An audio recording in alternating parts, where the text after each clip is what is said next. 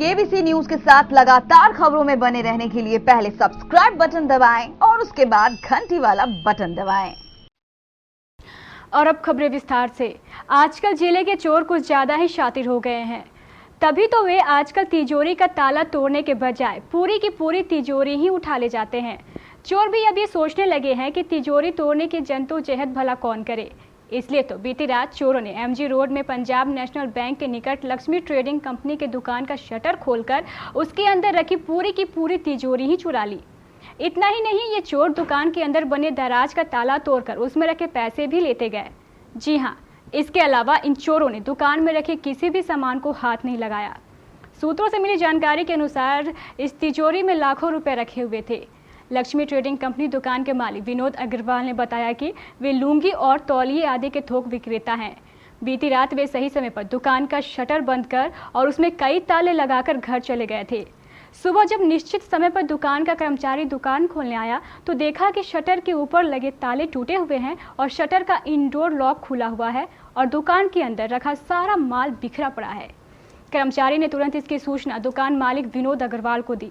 सूचना मिलते ही विनोद अग्रवाल दुकान पर पहुंचे। दुकान पहुंचने पर श्री अग्रवाल ने देखा कि दुकान में रखे लोहे की तिजोरी पूरी की पूरी गायब है। दुकान का कैश का दराज भी टूटा हुआ है और उसमें रखे पैसे भी गायब थे। हाँ, शाम को दुकान बंद करके हम घर चले गए। घर से तो स्टाफ हमेशा की तरह स्टाफ को बोले थे जल्दी आना, ईद का समय है। तो करीब 8:30 पौने 9 बजे के आसपास स्टाफ यहाँ पर आया। आ करके देखा गेट खुला हुआ है, शटर का भी एक शटर का ताला नहीं है और दूसरा शटर को गिरा करके लॉक कर दिया है। उसको खोल कर जब अंदर घुसा तो देखा तो यहाँ पर गला नहीं है, ये टूटा हुआ है, गला ही नहीं है।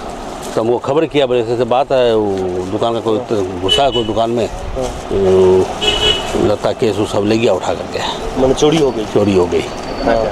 कितना था उसमें? देखिए उसमें हम लोग केस गिने नहीं पूरा। कितना दुकान लेट हो रहा था, घर पर बंद करके चले गए।